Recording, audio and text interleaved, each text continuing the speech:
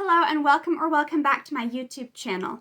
On this channel, I've talked a little bit in the past about how I view adaptations of public domain works versus adaptations of works that are still under copyright very differently. This applies especially to public domain works that have been adapted over and over and over again, things like, for instance, Pride and Prejudice or Sherlock Holmes. Not so much to ones that, yeah, it might technically be public domain, but there's only ever been the one adaptation that's, kind of definitive or whatever.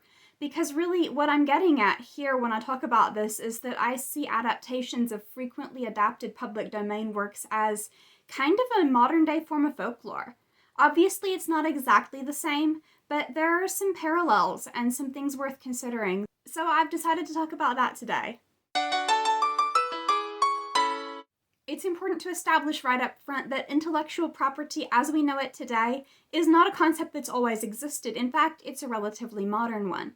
In the ancient and medieval world, stories were told and retold over and over and over again, taking shape over years or even centuries. And often, if you go back to the earliest versions, the things that we consider essential to the story are not there.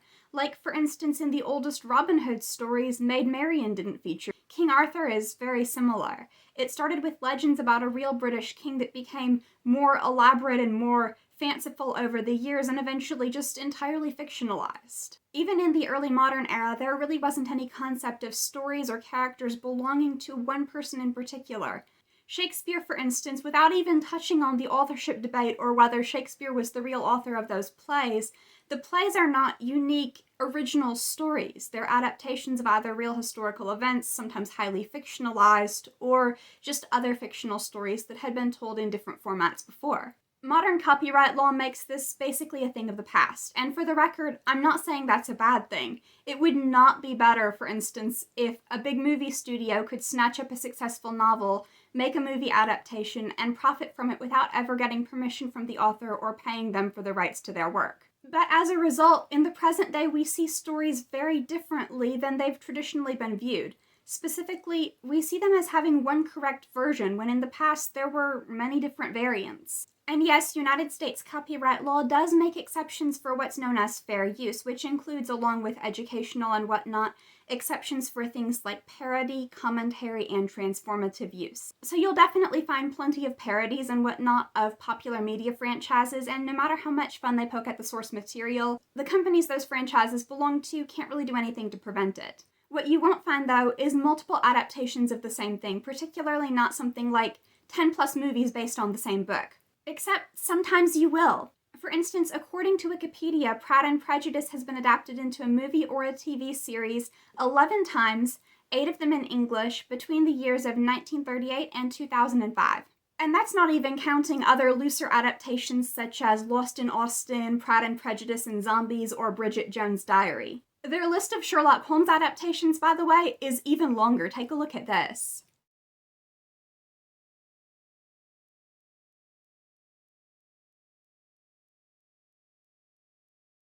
A little while back when I was making videos about Sherlock Holmes, it occurred to me that maybe it's a little bit weird that I like the TV show Elementary so much, even though it changes a lot of things. It puts the Sherlock Holmes stories in a modern setting, changes a lot about the characters and their dynamics, and creates completely new stories most of the time. I tend to usually be pretty picky about adaptations and being faithful to the original, but for some reason that doesn't bother me. I think that's probably because with Sherlock Holmes, if I want to see something faithful to the original, that's been done plenty of times and done really, really well in the TV series from the 80s and 90s starring Jeremy Brett as Sherlock Holmes. So I guess because of that, it doesn't bother me as much to watch other versions that do something a little bit more experimental with the story, as long as I do like the story that they end up telling. Changes to characterization and setting and things like that, they don't really seem as much like violations of the original story as like just seeing different variations on a folktale, like different versions of Cinderella, for instance. That's not to say that I don't think it's possible to really mess up an adaptation of an old public domain story that's been adapted a zillion times, because it's totally possible to mess it up. For instance, I really was not a big fan of the 2022 Persuasion from Netflix, and I very strongly prefer both the 1995 and 2005 BBC versions, which are much more true to the original. But my problem with the 2022 movie was not that it made changes. I like, for instance, the Lizzie Bennet Diaries, which modernized the story of Pride and Prejudice. But those are set in the modern day, and the whole point is to modernize it. Whereas the Netflix version of Persuasion is still set in the Regency era, but dumps a bunch of modern stuff onto it in ways that don't make sense with the original setting. Actually, I really like old stories that are set in the present day, and looking at how being set in the present day would change certain aspects of the story. For instance, circling back around to Elementary, one of the things that I really like about it is how they updated the situation surrounding Sherlock Holmes' cocaine use.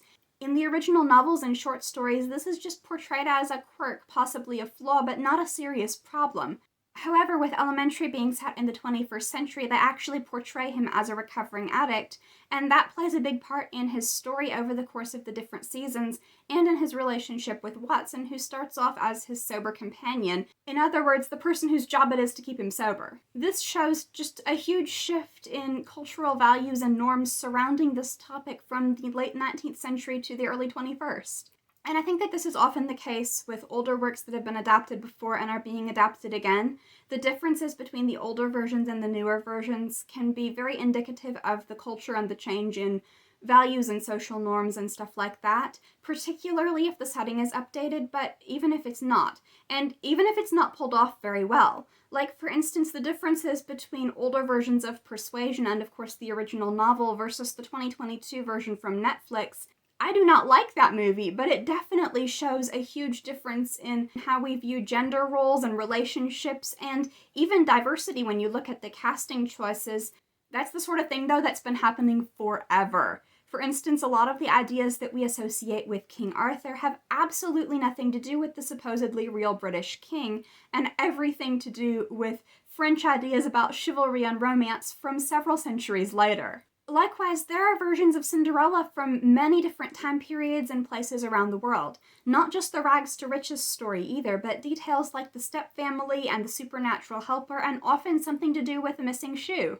Despite their superficial similarities, though, these versions of Cinderella can be very different in the details, and those details can tell us a lot about the society that the story originated from. This is true of modern-day retellings of Cinderella as well. For instance, it's pretty common nowadays for Cinderella to be able to meet her prince and get to know him before the big dance and the marriage proposal. Because nowadays we don't really find the idea of falling in love at first sight and then immediately getting married to be realistic or desirable. Just to be clear, I'm not saying that adaptations of public domain works are exactly like folklore. For instance, unlike traditional folk tales, they're still created by big corporations for a profit, and they do exist in a definitive form that's not just the writing down of something that's been passed down orally and created through an informal process. Better examples of true modern folklore would be things like internet memes or urban legends, which really do originate organically and are spread very informally.